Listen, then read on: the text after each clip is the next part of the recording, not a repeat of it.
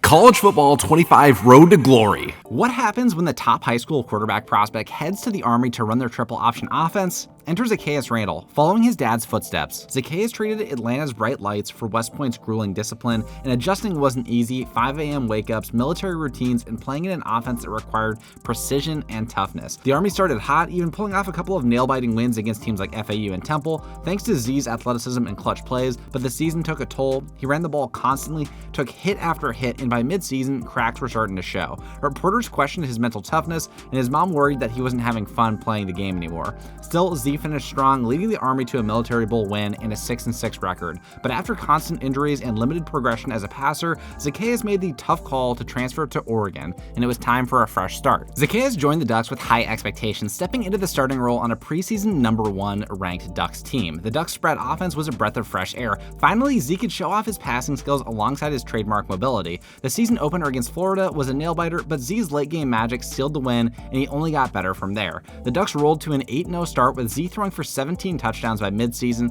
already surpassing his total from the Army. He built trust with his new weapons like standout receiver Jerian Dickey while balancing Oregon's up-tempo offense. Still, setbacks came. A tough loss to Washington and question about Z's academic struggles added pressure, but he rebounded with a dominant Big Ten championship performance, punching Oregon's ticket to the playoffs. While the season ended with a close Rose Bowl loss to Ohio State, Z's growth both on and off the field set the stage for an exciting junior season. Zaccheus Randle's junior year was all about redemption, but it didn't start as planned. After a tough offseason training with family, including his brother Jordan and Uncle Marcus, the Ducks lost their opener to Ohio State. Randle played well, but drops from relentless pressure cost them. A shocking loss to Boise State followed, and Oregon struggled continued with a heartbreaking 0-3 start, including a collapse against Oregon State.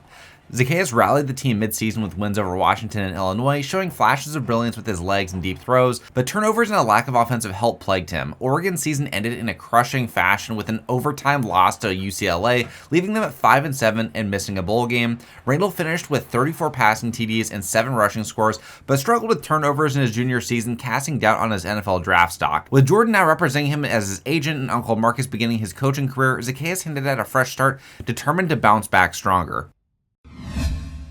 Can Zaccheus Randle recapture the hype that he came into college football with and increase his chances of getting drafted in the first round? Randle's senior season began with a bang as Georgia Southern upset ranked Kansas State thanks to Randle's leadership and clutch plays. Despite a rough interception and a brutal hit, he executed a game-winning drive showcasing his growing maturity. In week 2, he dismantled Houston's defense, throwing a career-best deep ball and exhibiting his newfound ability to manipulate defenses pre-snap. Randle's leadership extended beyond the field. Audibles, route adjustments, and his ability to elevate teammates like star receivers KD Dorsey and DeAndre Buchanan made Georgia Southern competitive against stronger programs.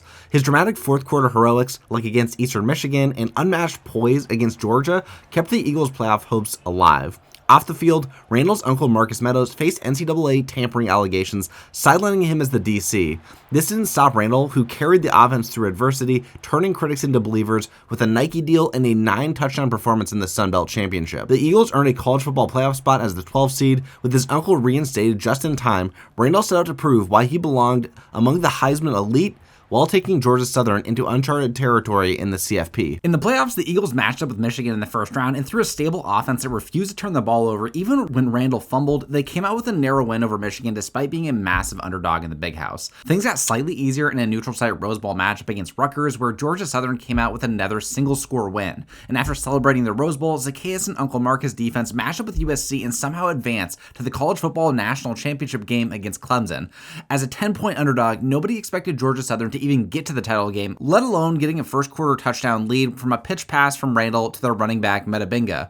Randle scored another touchdown at the end of the first quarter off of a play-action pass, and eventually Georgia Southern and Randle were crowned as national champs in the biggest Cinderella story in college football history. Next, Randle and Jordan turned their attention to the NFL draft.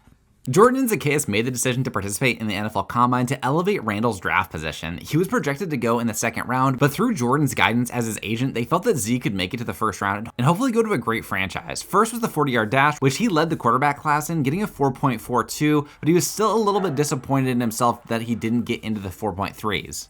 But it was time to move on, and the next thing was the bench press. And the bench press, Randle actually expected to do fairly well on, but it became pretty clear that he was not going to be finishing within the top 5. He was struggling a little bit at 5 reps, but he got all the way up to just barely 14 repetitions, didn't get up to 15, which ended up placing him 7th amongst quarterbacks, which is okay, but not the best, considering he was being positioned as an elite level athlete. Strength is not something that's huge for quarterbacks though, so it's something that could be kind of thrown away. The next thing was broad jump, and Zaccheus did finish 2nd over broad jump. And then for agility drills, Zaccheus killed the agility drills and ended up finishing 1st with a 4.18 for cone drills, and Michael Pratt finished 2nd with Tulane. The final assessment was the throwing drills, and he initially struggled early with making some easy completions over the middle on slants, but he did finish out strong with some 15-yard ins, and that was enough for him to still be positioned with a B grade for the passing drills and A's for everything else. So he was looking like he was going to move up the boards. Even though he struggled in some key categories,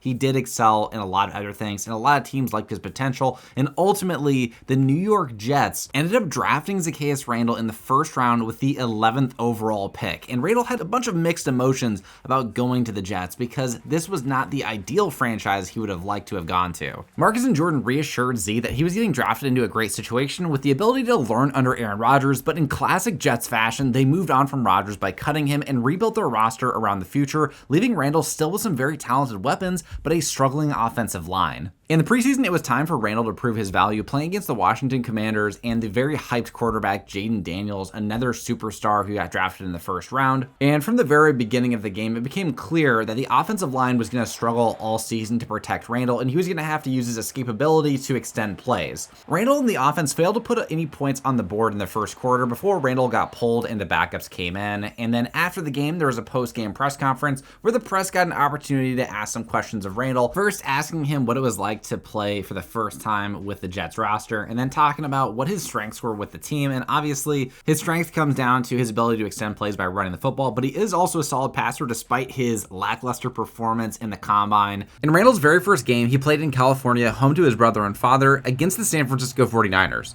The Niners were just coming off of a loss in the Super Bowl and wanted to continue the mission to try to capture a title, while this Jets roster just came off of a disappointing season with Aaron Rodgers tearing his Achilles in the first game and eventually moving on from Zach Wilson. Z's first pass of his career went for 40 yards starting from the 2-yard line, and then following that up, he threw a 5-yard into Mike Williams for the first down pickup to get past the 50-yard line. Randle noticed man coverage and a couple rub routes that put Fred Warner behind their backup tight end Ruckert, who got another first down. And on the next set of downs, the Niners were all over the read option, forcing a 3rd down when they let Zaccheus cook on some route adjustments, but he misread the defense a little bit and forced a pass to Garrett Wilson that got knocked down, and they ended up settling for a field goal. One thing Randle wanted to avoid was becoming the next Zach Wilson, so he knew that turnovers would get him sent to the bench before anything else, so he took some sacks on the following drives, and the drives ended up stalling, putting Randle and the Jets down 3-7 right before the 2-minute warning.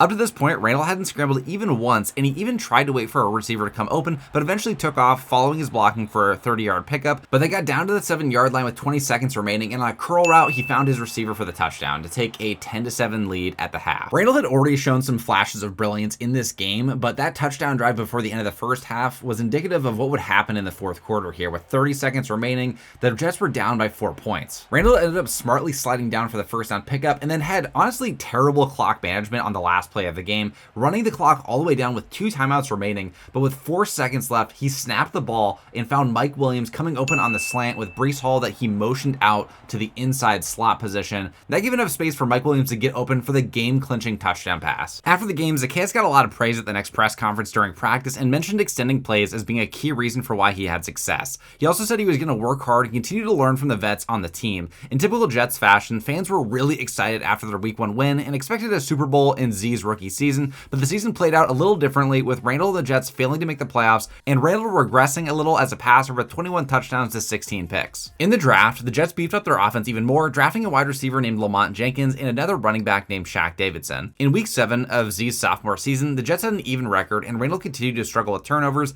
He had 9 touchdown passes with 8 picks in 6 games. Luckily, Randle's family was supportive of him, with Zach reminding Zaccheus that he didn't even start his first few years in the league before becoming an all-pro with the Chargers eventually. Things take time, and they were going to take even more time with Randle suffering an injury in the Bengals game that would knock him out at the beginning of the second quarter. The Jets would go on to lose and fall to a 3-4 record. Randle came back the following week to host Miami in New York. One of the benefits of having Jordan as his agent was that he always had time to come to Z's games and support him. While Jordan had other clients at this point, none were more important emotionally or financially than his NFL quarterback brother. Now that Zach Meadows also was retired and no longer coaching on the Georgia Southern sidelines, he wanted to pick up a small role with the Jets, but there wasn't anything available. Despite Z wanting his dad to be a coach or assistant, the Jets org denied the request, which left a bitter taste in Randle's mouth about the treatment of their players. Randle really just wanted to be a part of a team that wanted him, and it felt like the Jets were 1 foot in and 1 foot out on Randle as their star quarterback. It doesn't matter if it's the truth, if it's what was felt. Just like the Jets' commitment to Randle, Randle's playing this game and throughout his career up to this point featured high highs and pretty low lows. He had a run for 16 yards and a touchdown before the half to tie the game, but followed that up with a pick to start the third quarter, and when they were already down by 7 points, this was going to put the game further out of reach. The Dolphins ended up scoring a touchdown, making it 21-7, but Randle and the offense answered back with a touchdown of their own, making it a 7-point game again. But of course, the Dolphins would answer with another score, meaning the Jets offense was going to have to speed up significantly in the fourth quarter to try to make it a game again, and Garrett Wilson was just electric in this game, scoring another touchdown, this time a 60-yarder, but it would not be enough as the Dolphins would walk out with a 28-21 victory, and Tua had a 3-touchdown, 0-interception performance, while Randle had 2 TDs to the 1 interception. Again, Randle continued to progress on the field and had a much better performance in his sophomore season with 32 touchdowns to 16 interceptions, but the Jets continued to miss the playoffs. The offensive passing yard distribution was pretty good amongst his 3-star receivers, and then in the offseason, Robert Saleh proposed working on his throw power, but Randle just completely rebuffed it and said he didn't really understand why he needed to work on throw power and said he would let him know how much progress he made, which just further increased the tension between the two. In the draft, the Patriots had the number 1 pick and selected a corner named Linton, and then the Jets selected Aaron Hearns with the 12th overall pick, an outside linebacker speed rusher. And the theme in this draft for the Jets was defense. They only selected 2 offensive players, both of which being offensive linemen. After an up and down second year in the league, there was mounting pressure for Zaccheus to emerge as a top 10 quarterback in the league in the midst of a watered down NFL with several of the elite quarterbacks starting to get on in age. Randle started the first drive of the season with a bang, converting a 3rd and 4 for huge yardage to his second year standout wide receiver, Lamont Jenkins, who was starting to take catches away from Garrett Wilson. Randle capped the drive off with a touchdown before coming back in the second quarter with great awareness of the defensive coverage, noticing that nobody was tracking him in the pocket, which allowed him to run for another score. That awareness he showed in the pocket was nowhere to be seen when he got hammered by a defensive tackle and fumbled the ball, which the Bears took for the tying touchdown. Randle also had a concerning interception this game, but he created a magical sequence of plays like in the first game of his career against the Niners by marching the Jets offense down the field with time expiring and throwing a touchdown pass eventually to Tyler Conklin. That would be enough to get the Jets the win, and Zaccheus at least outplayed Caleb Williams in this matchup, scoring 2 touchdown passes, 1 interception, while Caleb Williams had 1 touchdown to 2 interceptions. That's aside from the 1 fumble that Zaccheus Randle had that was returned for a touchdown as well. And Z had another solid season with 31 touchdown passes to 14 picks. Now, this was a huge development for the Jets, though, that they actually finally made a wild card matchup against the Jacksonville Jaguars. The Jets lost the division to the Bills, so they wouldn't be hosting the game despite their best record yet with Randle at 12-5. The Jags started the game off with a score, but Randle and Breece Hall were starting to work their way down the field to attempt to answer that. Since the game was down in Florida, Uncle Marcus had time to come to the game after his Georgia Southern team won their bowl game. 3 years later, and Marcus had become the head coach of the program with a big raise through Jordan's negotiating. But the game took a massive turn when Frankie Louvu hit Zaccheus Randle as he was diving into the end zone from the 1-yard line, forcing a fumble and giving the ball back to the Jaguars, who scored another touchdown to take a 14-0 lead. Somehow, with under a minute remaining, they just got all the way down to the 10-yard line before running a halfback screen, getting Shaq Davidson open for the touchdown to only be down by 7 before the end of the half. Even though the Jaguars scored a field goal to start the second half, Z showed his ability to stand in the pocket and deliver a dime as he was getting hit. Garrett Wilson got open on a deep post route to make it a 3-point game again. Even a wildcard win would be massive for this franchise. Time is running short and the Jets needed to score a touchdown to force OT. On 3rd and 16, Randle escaped to his right and tried to link up with Lamont Jenkins in the end zone to send it to overtime, but Jenkins took too long to fight for positioning and he got picked off, sending this sad franchise home in the wildcard game against the only team that would be extremely embarrassing to lose to. And ultimately, there was a lot of criticism of Randle, who had 2 touchdowns to 2 picks, while Trevor Lawrence had 2 TDs and no interceptions. Garrett Wilson had 2 catches for 100 yards and overall had a solid game, and the running game was lackluster in general as well. In week 8 of year 4, the Jets were off to another good start, going 5-2 up to this point. Randle still had not been re-signed or extended for his 5th-year contract, meaning that his future with the team was up in the air. Now, on 3rd and 4th, 2.5 minutes remaining, raining, the Jets had an opportunity to extend their lead or kick a field goal, and ultimately on fourth down, they kicked a field goal, missed it, and the Patriots came down and won the game off of a field goal. Breece Hall even had a massive performance, 8 catches for 160 yards, Garrett Wilson with 6 catches for 114 yards, and it wasn't enough to get a win. Through 13 weeks, Randle was having the best season of his career with 30 touchdowns to 10 interceptions, and the running game was all around pretty solid as well, with Breece Hall averaging about 4.5 yards per carry and Lamont Jenkins leading the team in receiving yards. But the big test would be their Week 14 matchup in New York against the Kansas City Chiefs and Patrick Mahomes. If you don't know how fifth-year options work on rookie deals, the option has to be accepted by the team of the first-round pick at the end of the third year of the contract. So since the Jets didn't pick up Randle's option, he was going to become a free agent at the end of the season unless the Jets franchise tagged him, which was highly unlikely at this point. A new contract would have to be negotiated, and Jordan Akira Meadows was already working with the front office to create Randle's new contract to stay in New York City. Randle did like being close to home in Georgia and at least being on the East Coast, but there wasn't a lot of love for him in New York despite the success that he did have. He did bring this team to the playoffs in his third year, and he did progress as a passer each year of his career up to this point, but he had several uncharacteristic plays throughout the course of his career, like the scoop and score fumble against the Bears and the back-to-back interceptions that he had against the Chiefs in this game. He was an old-school gunslinger in some aspects with a lot of turnover issues, and patience in New York was starting to wear thin. He was starting to become known in fantasy circles for his garbage time points that he'd put up, just like against the Chiefs when they were down 28-7. He got a deep pass score to Garrett Wilson to make it 28-14 before the end of the game. Despite the narrative being created about Zaccheus as a hothead who refused to practice, he brought his team to the wildcard playoffs a second time, this time playing against their biggest rivals in the division lately, the Buffalo Bills. Progress needed to be made. The Jets, who had the better record like in the previous season, would need to secure a win at home to advance to the divisional. Everything was going as planned on their first drive until Oh, brother, this guy stinks! Breece Hall was brought forward to block, leaving a Bills pass rusher free off the edge to hit Randle, force the ball out of his hands and into the hands of a Bills player who took it all the way for the touchdown to give the Bills a 10-0 lead. The crowd started booing, realizing that this Jets team didn't have the fight or the spirit to grind out a playoff game 4 years after Randle was drafted. With a minute remaining, Randle gave the fans a glimpse of hope. He found Lamont Jenkins for a big contested catch past the 50-yard line, and on 3rd and 8, Randle scrambled for the first down pickup with time expiring at the end of the first quarter. But the drive stalled, forcing the Jets to kick a field goal, and they missed it. It felt like the offense was completely freeform with no structure and no rhythm. They would get short completions and then a few runs that would be successful, and ultimately they would end up failing to score. But finally, with 40 seconds left, Randle and the offense got down to the red zone, and eventually Randle scrambled for the score. Despite the lack of faith that fans had in Randle to pull out this win, Zaccheus never failed to believe that they could win this game. Especially in a place like New York, it's important to block out the noise and keep your circle supportive of the work that you're trying to do, and that's exactly what Randle had done. Randle had an honestly miraculous 4th and 16 conversion and was starting to run out of steam by the end of it. The Jets clawed forward to the Bills 12, where Z found Malachi Corley for the first down, and eventually Zaccheus followed that up with an empty formation set, buying time to hit Breece Hall for the touchdown, and boom, all of a sudden, it was a 3-point game in the middle of the third quarter. But what happened next could not have been worse for Randle's career as a Jet. Josh Allen and the Bills offense scored a touchdown, putting pressure on the Jets to score quickly, and Randle forced a pass while under pressure that got intercepted on a slant and returned for a touchdown. The Jets offense did score a garbage time TD to make it a 10-point game, but fast forward to the NFL draft, and Ryan Patterson was a 6'6" tight end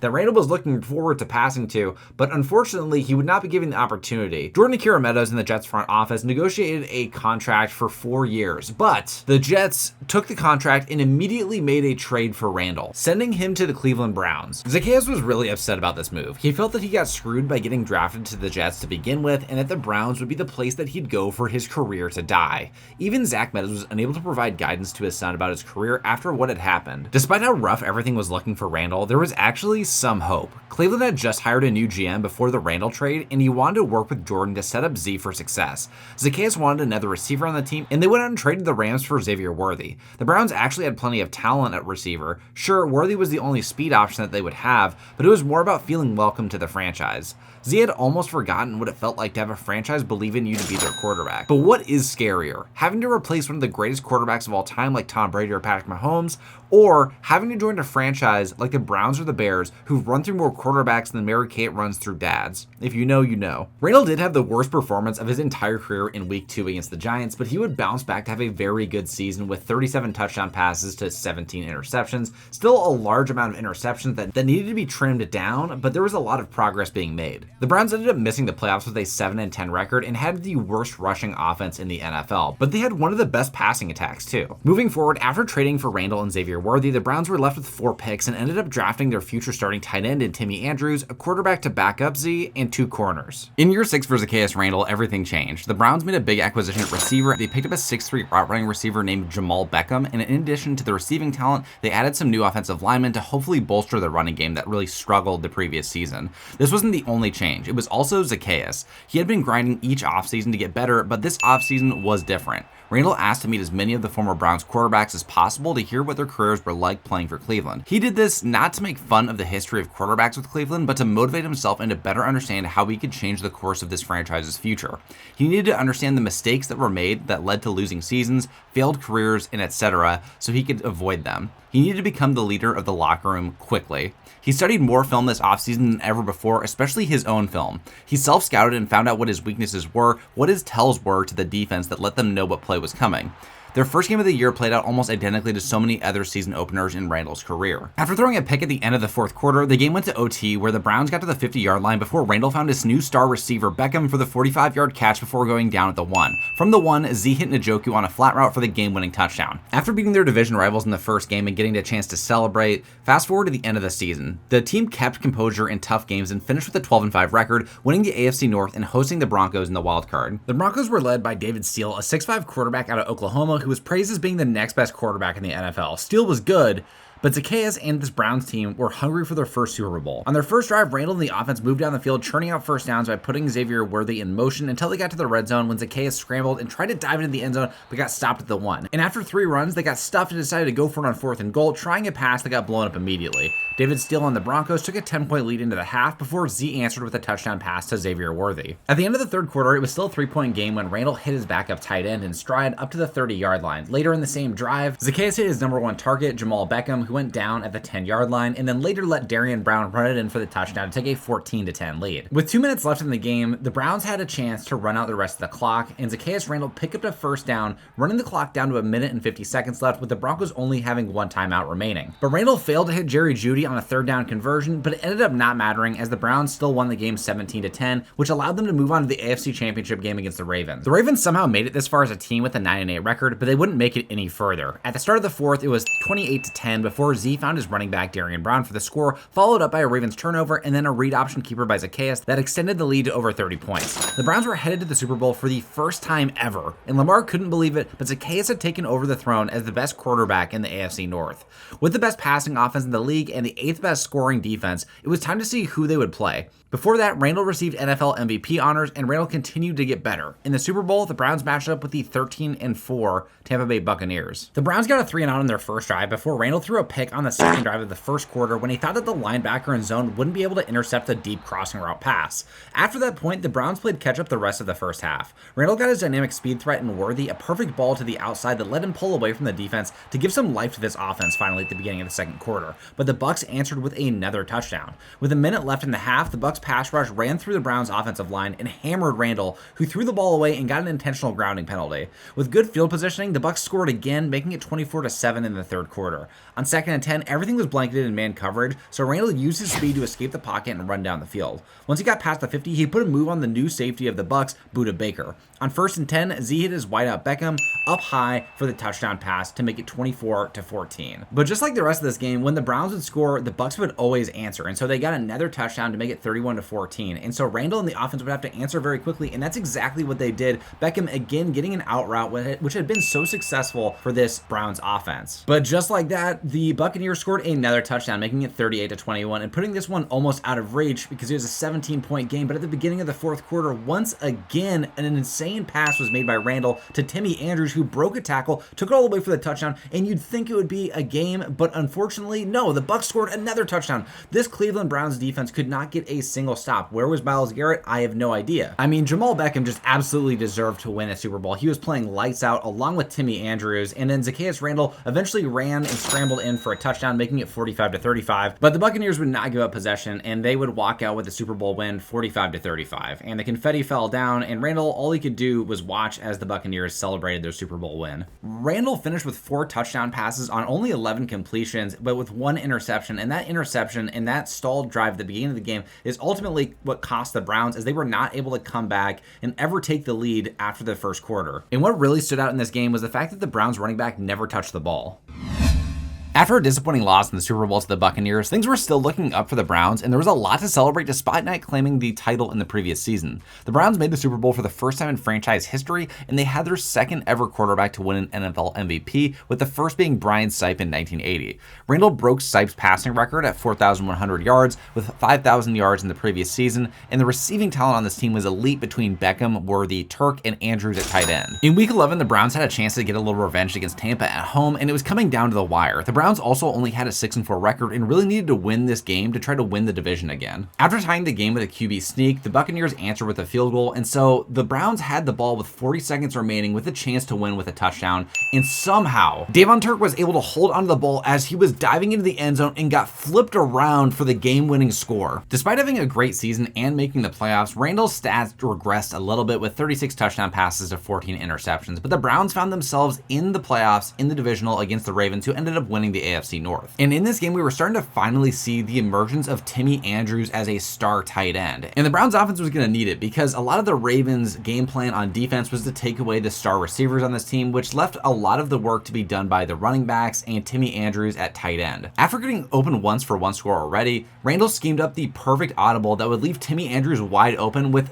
a defensive end covering him for much of the possession before a safety had to try to catch him at the last second. And while Timmy Andrews got into the end zone to take that 21-7 lead, at the exact same time on the same play, Zaccheus Randle broke his arm, removing him for the rest of the game, and somehow the Browns pulled out the victory. Through 3 quarters, Randle had 3 touchdowns and 0 interceptions, and Mark McCann, the backup quarterback, came in and held down the fort with 1 touchdown and 0 interceptions as well. The upper arm fracture was not going to let Randle play for the rest of the playoffs, and they had just clinched a bid for the AFC Championship game, and the team somehow beat the Texans and CJ Stroud to advance to the Super Bowl for the 2nd season in a row. They'd go on to face JJ McCarthy and the Saints with a number of key players out. Not only was Randle out, but their star receiver Beckham was going to be out 3 weeks with a foot fracture, and their starting right guard Richardson was out as well. The Saints and their elite defense would end up winning this Super Bowl 24-13, and Mark McCann did hold down the fort though with 1 TD to 0 interceptions, so he had a solid game, but it wouldn't be enough to take the Browns over and win the Super Bowl. In year 8, it was a redemption tour for the Browns and Zaccheus. Z knew that if he had another MVP caliber season with the players around him on both offense and defense, they could finally get rings this year. Right now, they were looking like the Jim Kelly Buffalo Bills, who lost 4 Super Bowls in a row through a myriad of unfortunate circumstances,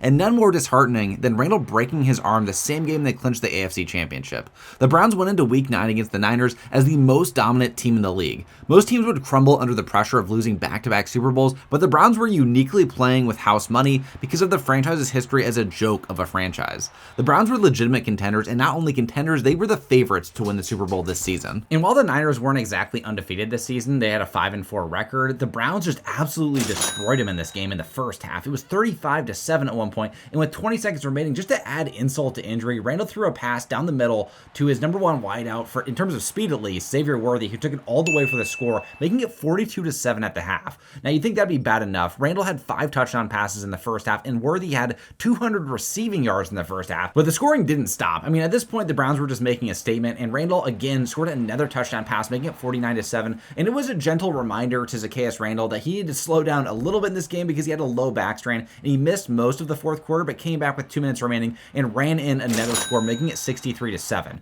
Now, Randle wanted to tie the record for all-time passing yard touchdowns in the game, but he came up just short with 6 as Mark McCann came in to spell him while he got injured with that low back strain, and Mark McCann finished with another passing touchdown, while Randle had 2 rushing touchdowns. So in total, Randle did finish with 8 total touchdowns, and Xavier Worthy had 200 receiving yards in the first half and finished with a total of 240 for the game. Z finished with 43 touchdown passes to 6 interceptions, and the running game for the Browns wasn't great, but the receiving game was was absolutely absurd, with Xavier Worthy and Turk both getting over 1,000 receiving yards, and Turk finished with 20 receiving TDs and almost 1,500 receiving yards. And then the Browns offense finished second overall for passing yards, just by about 70 to their rivals, the New Orleans Saints. And the Browns rematched the Broncos in the AFC title game, and David Steele had progressed as a player at this point. At 24 years old, he was a 98 overall and one of the best quarterbacks in all of the league, arguably the best quarterback in the league. So it was going to be a difficult test playing in this snow game in Cleveland. But on the first drive of the game, Randle just showcased how ridiculously athletic and dominant he was as a player. He was getting hit, and the ball got tipped in the middle of the air, and somehow Xavier Worthy still came up with it for that touchdown pass 40 yards down the field. To be able to get hit and make a 40-yard completion at the same time was just ridiculous. And then towards the end of the first quarter, Randle had a really nice run following some of his blockers, but it ended up resulting in 0 points, and the Broncos got a touchdown, taking a 10-7 lead. But immediately, again, the Browns and Randle answered right back, scoring a touchdown of their own to take a lead again. And the Browns rarely ran the ball, even though they had a solid running back in Darian Brown, but this might be this very reason why. Darian got to the outside, but still got stripped, and the Broncos almost got the ball, but somehow the Browns got the ball back, scored a touchdown, took a lead, and had a 21-17 lead with 4 minutes remaining. All they needed to do was just run the clock out, but again, they didn't trust the running game, so instead of that, Randle just threw a bomb down the field to Jamal Beckham, his #1 receiver. And again, Xavier Worthy is his fastest receiver, but Jamal Beckham at 6'3" is by far the best route runner and overall contested catch receiver on the team. With 1:40 remaining and the Browns holding on to an 8-point lead, instead of giving the ball to their running back who had already fumbled once, Randle put the ball in his own hands and he ended up fumbling. The Broncos got it, scored a touchdown, converted for 2, and the game ended up going to overtime. Now, this was a very difficult situation to be in. The Broncos just scored a touchdown and the Browns would have to answer, but Randle escaped the pocket, ran outside to put a move on one of the safeties, got into the end zone for the touchdown, and then the Broncos didn't score. If the Broncos would have scored a field goal at this point, it would have been the game. But instead, Randle stood in the pocket, took a hit, threw a 15-yard comeback to his #1 receiver, Beckham, and they got a walk-off field goal to, again, go to the Super Bowl for the 3rd time in 3 years. And if you're a Broncos fan, you could not blame David Steele. He had a near-perfect performance, but Randle just slightly outplayed him, and the whole team overall on offense played super well. And Randle, again, got a number of upgrades before this ultimate Super Bowl, and guess what? It was going to be a rematch of last year's Super Bowl. The one key difference, Randle was actually healthy, and his arms were not broken. So Randle would be playing in this game against J.J. McCarthy and the Saints, and immediately started the game with a statement by finding his slot receiver, Davon Turk, for the seam route touchdown pass down the middle. And the Browns and Randle really just wanted to come out here and just hit the Saints in the mouth. And that's what they started out with, that first touchdown pass.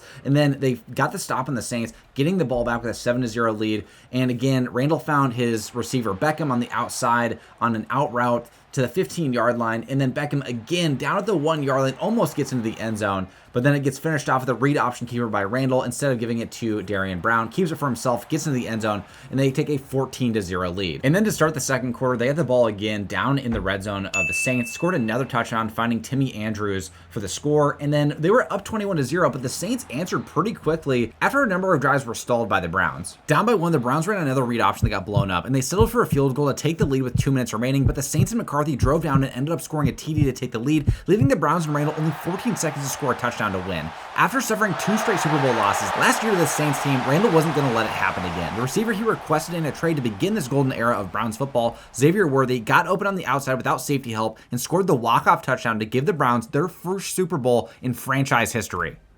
Cleveland!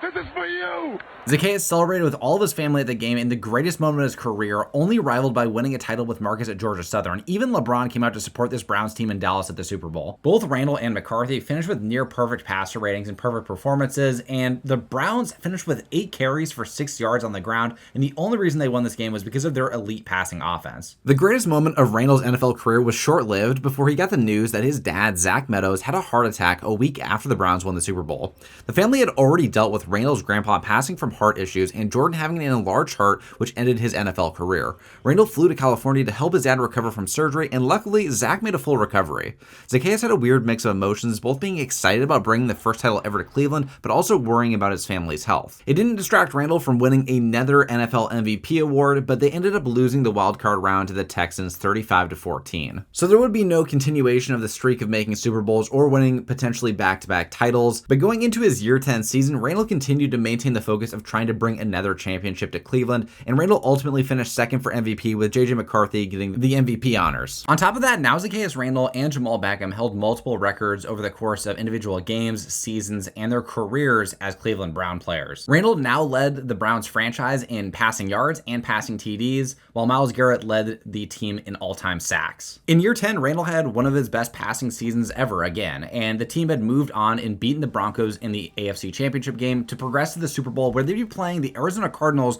who were quarterbacked by Patrick Mahomes. Both teams came into this game with 12-5 records, but it was a little sad for Zaccheus that his brother and father couldn't make the game since Zach was still recovering back in California and wasn't allowed to take flights at this time. Still, Marcus Meadows and Zaccheus' mom came to the game along with all of Z's friends from back in Georgia, since the Super Bowl this year was held in Miami. Now, getting into the game, while the first drive stalled for the Browns, Randle followed it up with an absolutely perfect missile down the middle to Timmy Andrews for the touchdown pass to take a 7-3 lead. And Randle was starting to feel more confident in this game, and he was starting to hit Jamal Beckham underneath on some drag routes and slant routes, but then eventually found Jamal Beckham for a 5-yard out, and he did the rest of the work, taking it for the touchdown to take a 14-3 lead. And eventually Patrick Mahomes and the Cardinals offense answered with a touchdown of their own to make it a 4-point game again. But before the end of the first half, Randle and the offense were moving down the field, and Randle was making some absolutely pinpoint passes on out routes. And he was just looking so poised in the pocket under pressure when he found Darian Brown on a halfback angle route for another touchdown to take a 21-10 lead. Now, at the beginning of the third quarter, the Browns got the ball, and during the half, Randle and the Browns offensive coordinator schemed up the perfect pass play to get Xavier Worthy open down the field, and he caught it under pressure at the 10-yard line. And while Worthy got this drive started, Jamal Beckham finished it on play action, finding himself open in man coverage as he rolled out to the corner of the end zone, holding onto the pass for the touchdown to take a 28-10 lead. And I don't know what it was, but Patrick Mahomes and the Cardinals offense could not answer again, and again, Randle exploited this zone defense the Cardinals were playing and found Timmy Andrews over the middle in the seam wide open for another touchdown pass,